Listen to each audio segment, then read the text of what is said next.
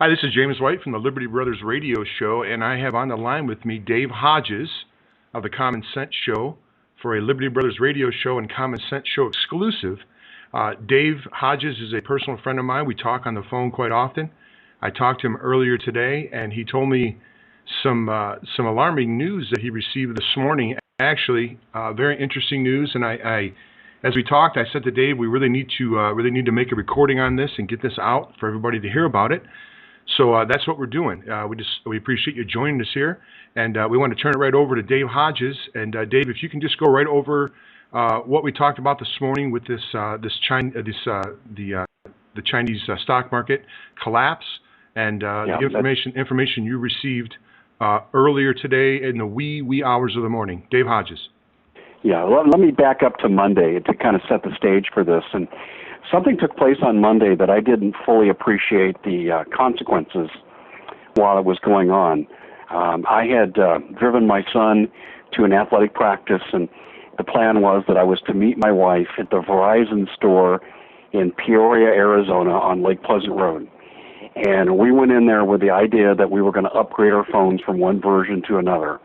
And we came in, and the lady who was waiting on us said that we won't be able to help you now because all of our Wi-Fis are down with regard to the cloud.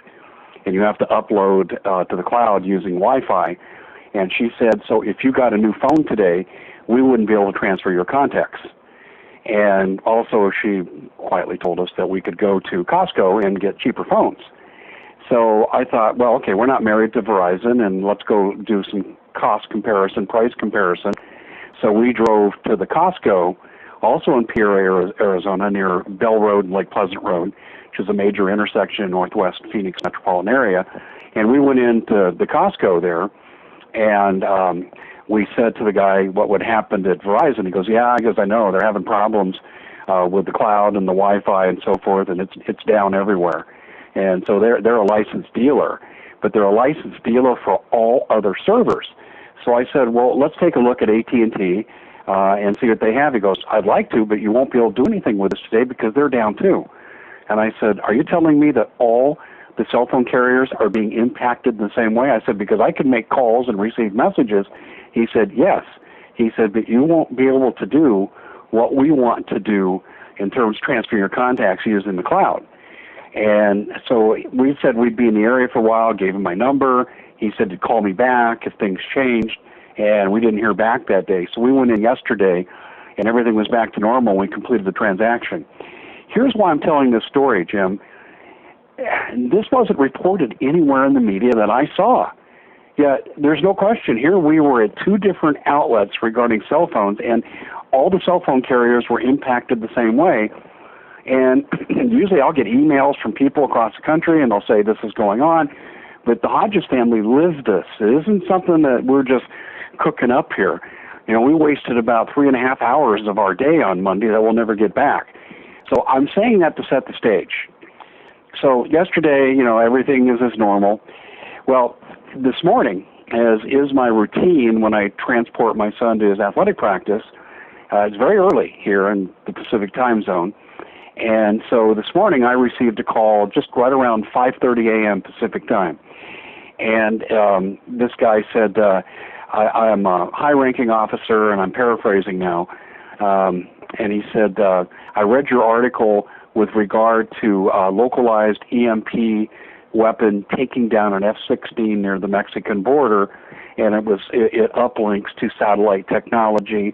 And he said you alluded to the fact that there is a satellite war going on out there in space between the Chinese, Russians, and the United States, at all others. And I said, yes. And he said, well, your information's pretty good. He said, technically, he said, it wasn't the most accurate account that I've read. He goes, but you got the gist of it. And he was going through why this is important, because he said militarily, if they knock our satellites out, we're dead in the water.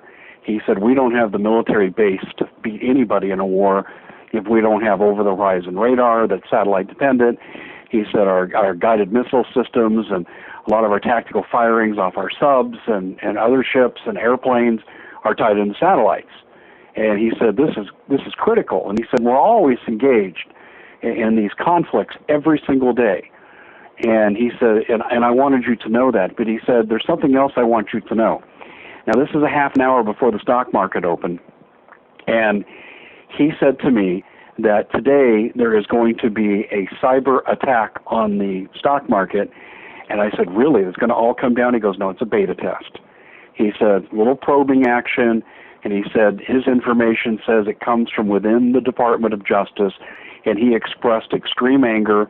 He said the DOJ, under the control of the Obama administration, he said he's sick of what they're doing to this country, and he wants this word out. And I told him, I said, well, I'm not the guy to get it out today because my day doesn't permit me to do this. I've written my article.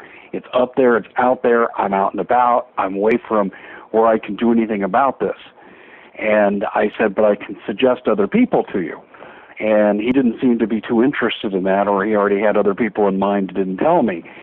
So we continued to talk about the satellite technology, and then he went on to say that the next beta test, he said, is going to be on infrastructure. Well, that's concerning because I'm going to be traveling soon, and I didn't get to explore with him the depth of the infrastructure attack simply because of the fact that I asked the wrong question.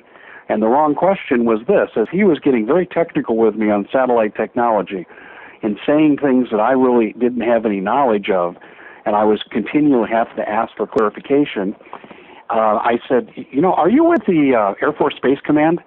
And I shouldn't have said that. And I have a real good habit of not asking embarrassing questions, and I wish I had that back because he immediately disconnected from the phone.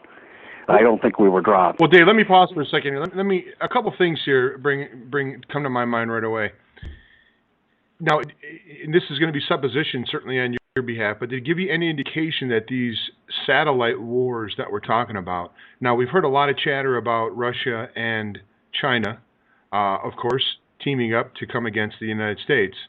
Now, one would think that if they were able to knock out our satellites, much like your mystery caller said, that would really give them a tremendous advantage as far as an invasion of some sort, which supposedly is being planned as we speak, A. And then B, when you say infrastructure, what does that bring to your mind when you hear the word infrastructure? I mean, you know, that can mean many things. Of course, all our roads and bridges and stuff are part of our infrastructure, but I don't think that's what he's talking about. Are you talking about sort of he must be talking about the electronic infrastructure, perhaps, like that run our gas stations, our grocery stores, power grids, that type of stuff?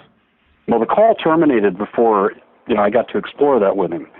I called some of my contacts to ask him that very question. One of them, my contacts I talked to was Joe Hagman from the Hagman and Hagman Report. And I asked Joe what he thought infrastructure meant. And we both agreed. It's things like, power and water and traffic lights and so forth. That's on the low end. That's on the low end of infrastructure. And I've been doing some thinking and some researching in the 3 hours that I began to cover this and research this. On the high end, this is where I got real worried. The words of Janet Napolitano stuck in my head. In the year that she left office as DHS, in January of that year, she said, it's not a matter of if, it's when the power grid's taken down. It can have an impact on everything. And I thought, okay, that could be nuclear power plants. And then in August, the month that she resigned, she said the same thing, essentially repeated the same warning. And I'm starting to think, well, that's infrastructure too. A lot of our power comes from nuclear power plants. I think it's a very unwise application of technology for a lot of different reasons.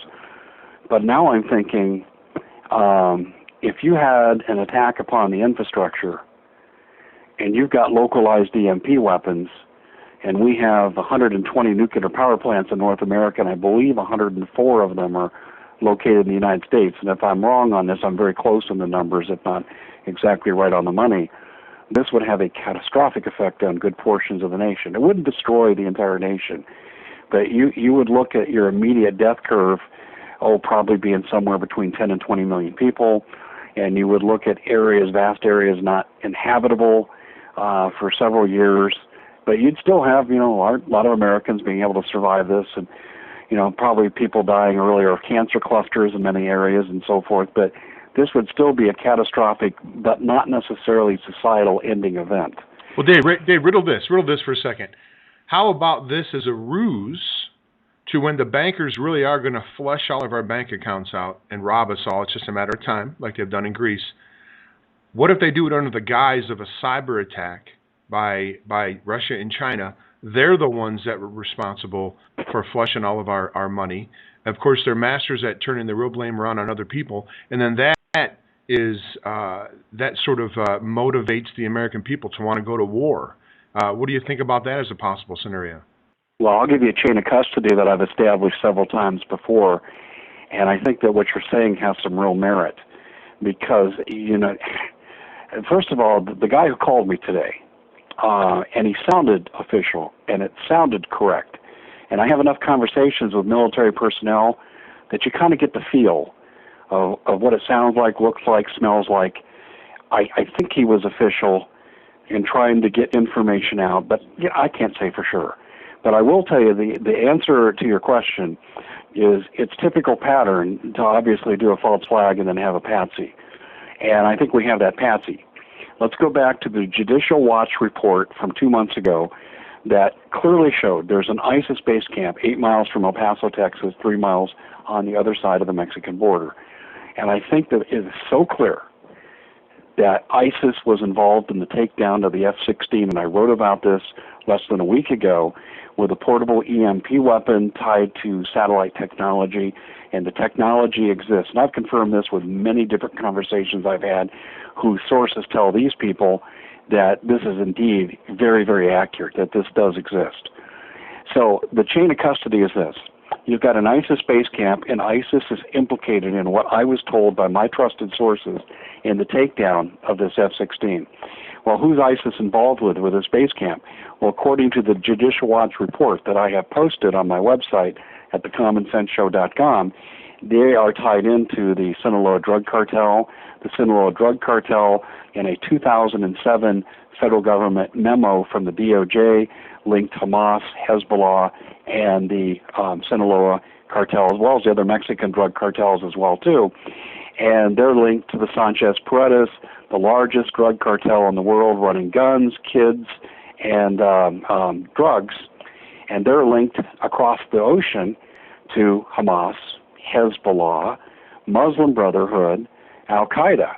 We're not going to probably have time to get into the Benghazi connection in this, but Ambassador Stevens in Benghazi is clearly connected to this. But when you look at this, what's significant about Hamas and Hezbollah being linked to ISIS and ISIS being linked to this weapon? The weapon is Russian, and I documented this last week. Russia sold some of these weapons to North Korea in 2014, and the link is there. It's not like, I think they did it and some unnamed source told me. No, it's clear documentation, hypertext link. People could look it up and satisfy themselves. Well, Hamas and Hezbollah, we know for a fact, run guns to Assad in Syria to fight against our backing of the, quote, Syrian rebels in that civil war. So you've got a connection with Russia, Hamas, Hezbollah, through these intermediaries all the way to ISIS. And I believe that this, and I wrote this in the article, that if you ever had a Red Dawn invasion coming up our southern border, the other side would have to find a way to negate our tactical air advantage, because they would have to have tactical air support to support their troop movements. And right now we would overwhelm them with our superior air power. But if they had EMP weapons that they could knock planes out of the sky, or other such weapons, or destroy our satellite capabilities through the satellite war in space, and negate our air power, then a Red Dawn invasion would have a good chance of succeeding. And I believe ISIS is at the heart of doing this as a fifth column force. So that to me is the connection between ISIS and Russia and what could be coming, in terms of an act of war. So, and now we're saying, okay, now we're looking at attacks upon our infrastructure. You had the Wall Street Journal, United Airlines, and the New York Stock Exchange all go down at the same time today. And also, at the same time, the Chinese were going through a stock market dump. Record 3-month lows, just terrible drops. absolutely horrendous. And the New York Stock Exchange went offline and stopped trading. I think it was offline for 4 hours, if I recall. Well, It was just a glitch, Dave. It was just a glitch now. Come on. Yeah, a glitch that affected United Airlines, Wall Street Journal, and then, of course, go back to 2 days earlier, the cell phone carriers with uploads to the cloud. It was a big glitch. I don't think so. There's too many events happening simultaneously for this to be a glitch. I know you're being sarcastic. Indeed I am. And I know that, Jim, but all these things do not happen in isolation. And there are very few things in life that are accidental. When you meet a friend for lunch, you plan to do it. So there's a lot more planning than there is coincidence in life. And I think that the convergence of these events show a coordinated attack. Now, this is where I said I get very, very concerned, is this source accurately predicted what was coming. And, could it be a lucky guess? Yeah. But it happened before the stock market opened. Now, unfortunately for my schedule, I had a brief conversation with some colleagues of mine this morning, and then I worked out in the gym, took my son to breakfast, and basically I was out of pocket until about 11 p.m. local time, and that's when I found out, hey, there's some stuff going on here. Oh, the New York Stock Exchange went down, and it's down now. When I was looking at this event, as I was reading the news at breakfast that I was having with my son, and I thought, my goodness, if I only hadn't asked the man if he was with the Air Force Space Command, I might have gotten more information. Well, Dave, that's not the first time. That's not surprising because you frequently have these type of people call you, and I know it sounds kind of cloak and dagger to the listeners out there, but I'm here to tell you that I talked to Dave Hodges quite a bit, and I know the stuff he's telling you is real. I mean, he certainly almost lives like he's in a mystery novel at times. Dave, don't you feel like you're living sort of in a mystery novel? I have two military sources, ex-military I should say, that are, let's put it this way, significantly tied in to current sources. And one of them I've had a relationship with for a number of years. And that's as far as I'm going to go with this. And let's put it this way, our communications are not traditional for obvious reasons. And let's put it, I don't think that that's so unusual because, if you talk to Doug Hagman, you talk to Steve Quayle, they have their confidential sources as well. Well, when you look at, reporters that have sources, we all have them. Some of them proved themselves out year after year after year. And if people go back to October of 2012 when I broke the Benghazi story and how that was a near military coup, this came from my sources. And that proved to be very accurate. The information was 4 months ahead of time. And I've had other such revelations from these people. But this is not unusual. As I've mentioned earlier, many people like Doug Hagman, Joe Hagman, Steve Quayle, John B. Wells, they all have their sources. And we keep our sources by keeping them confidential and keeping them safe and honor the method of communication they choose to, communicate with us in. But I think at the end of the day here's where I'm worried about. And this is what I would say to my American friends. When we talk about cyber attacks, I'm assuming it's only going to be a beta test drill. And like today, there was some inconvenience, but nothing really catastrophic. You can't guarantee the next test is going to be this way. And when will a test go live, like a snap military exercise? It's hard to say. But I would tell people right now, make sure your car is filled with gas. Make sure you've got plenty of food and water. That's on the low-level side of things. On the high-level side of things, do I think there's going to be an attack on the nuclear power plants? No, but it's part of the infrastructure.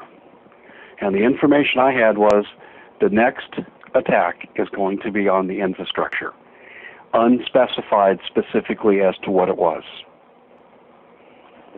Well, Dave, that's certainly some ominous words, and one can only imagine what that would mean as far as infrastructure is concerned. We're marching towards World War III here. It's a painfully obvious, and you can see the players involved, and you're starting to kind of get an idea of the methods that they're going to use. Ultimately, let's hope that it doesn't culminate in nuclear conflict. Everybody has every country, every tin pot dictator has a nuclear weapon these days. But Dave, I tell you once again, you hit a home run with your information. It's always spot on. And we just appreciate you coming on here. Actually, this is really a joint Liberty Brothers and Common Sense show breaking report, and we want to kind of keep it somewhat short. And I know you're going to post this along with your article tomorrow. But I think we're going to try, Dave, to do these type of quick hitting interviews more often. When it's necessary. So we just thank you so much for coming on and relaying that information to all of your listeners and my listeners. And anything else you want to say in closing? No, I just get prepared. I mean, just make sure that you're not going to get caught short if you lose the ability to purchase food, if your water supply is imperiled. I'm just saying that we can live without gas and we can live without traffic lights. But on the short end of things, make sure you have enough food and water. That's my advice to people. All right, that's great advice. And they can go to both our websites, thelibertybrothers.com and thecommonsensshow.com. And we both, I think, have banners on there for Numanna Foods, who I know both of us support. It doesn't really matter if you go with Numanna Foods or not, or even buy it from Dave and I, but you really need to get it. It doesn't matter where you get it from. If you even buy it from your local store, it's time to get serious about preparation. Very good, Dave. We thank so much, and we appreciate everybody out there tuning into this special breaking news broadcast with the Common Sense Show and the Liberty Brothers Radio Show. And we will see you on the Common Sense Show and the Liberty Brothers Radio Show, both on Sundays. Thanks, and have a good evening.